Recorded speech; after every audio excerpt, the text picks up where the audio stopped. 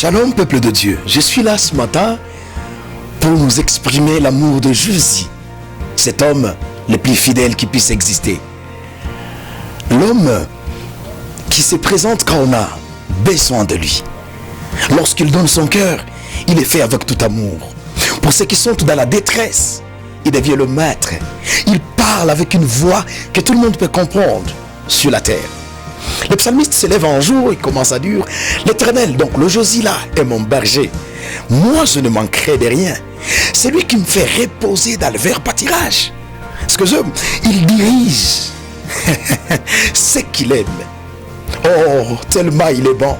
C'est pour cette raison qu'il a appelé les bons bergers. En l'appelant bon, il savait qu'il y a d'autres bergers qui sont dans ce monde qui ne sont pas bons. Je t'invite à les recevoir comme Seigneur et Sauveur, car lorsqu'il est avec toi, il est le meilleur. Alléluia. Voici 4 choses qui m'intéressent dans la pensée des psalmistes et qui a attiré mon attention quand j'étudie l'amour de Jésus, le bon berger. La première des choses, c'est que lorsqu'il est le bon berger, c'est qu'il se soucie toujours de la santé de son pâturage. Alléluia. Je vis une fois Israël sortir de l'Égypte et aller vers Canaan. En cours de chemin, lorsqu'ils avaient faim, je vis pour la première fois dans ma vie le ciel s'est déchiré et je vis la caille, la manne qui était tombée du ciel. Je bénis Dieu. Oh alléluia. Sa façon de se soucier de ses enfants, c'est ce que le monde ne peut pas comprendre. Le bon berger. Oh mon Dieu, je sais que tu as un problème quelque part, tu as besoin de l'alimentation. Je suis venu te présenter celui qui donne à manger lorsque nous n'avons pas à manger. Celui qui se soucie de ses enfants, car il est le bon berger. Mais ce n'est pas fini. Lorsque nous avons lui comme le bon berger, la deuxième des choses qui bat dans son cœur, ça s'appelle la sécurité. Alléluia. La sécurité surnaturelle, telle est la spécialité de ces bons bergers. Les gens de ce monde disent qu'ils peuvent nous donner la paix, mais leur paix ne dure jamais longtemps. Mais quand lui nous donne la paix, c'est la paix qui dure longtemps. Jésus le bon berger. Alléluia. Israël, lorsqu'il marchait, le bataille s'élevait de gauche à droite. Je vis pour une fois un prophète satanique, un prophète qu'on appelle Balaam, et dans les complicités avec le roi Balak, se sont mis ensemble pour maudire le peuple d'Israël.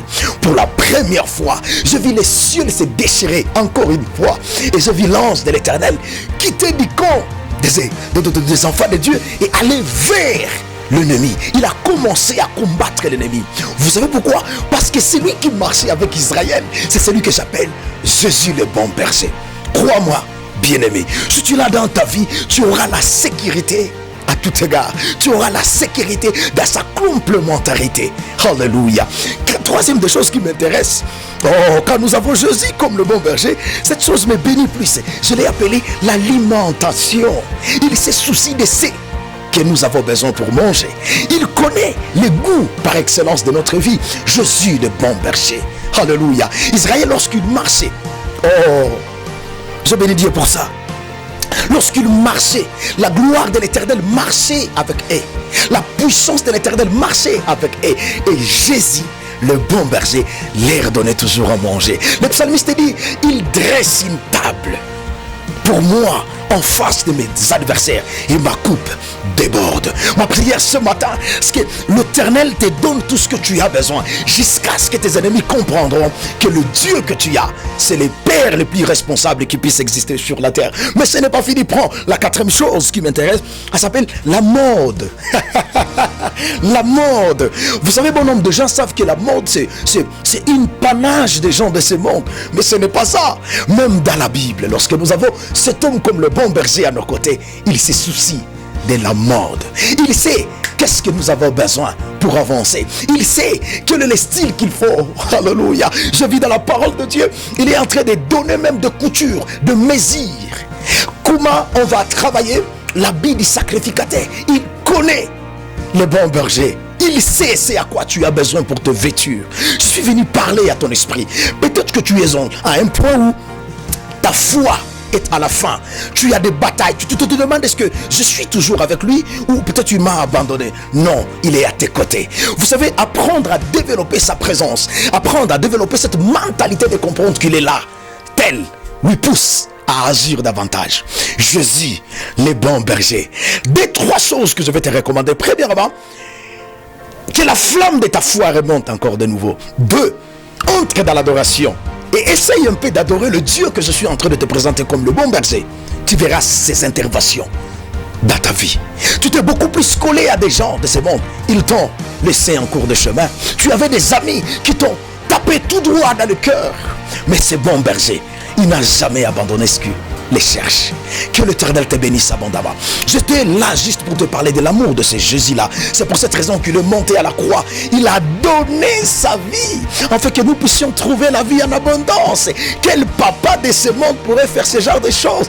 Uniquement cet homme-là. Il a quitté le ciel. Il a abandonné les trônes de gloire. Et il est venu, un fort qui a habité parmi les faibles pour la première fois. Oh, alléluia.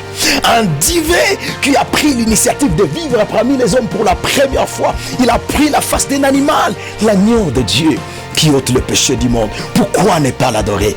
Pourquoi ne pas avoir confiance en lui? Si il a fait toutes ces choses, la petite promesse que tu as ne sera jamais un problème à des capacités de cet homme-là. Laisse-moi prier pour toi. Adonai, le Dieu d'Israël, le bon berger, entre dans la vie de la personne que je suis en train de prêcher à ce moment et donne-lui le goût, donne-lui cette capacité de revenir à la croix et te recevoir de nouveau, car tu es tout ce qu'il a besoin, tu es tout ce que le monde a besoin. Que Dieu te bénisse.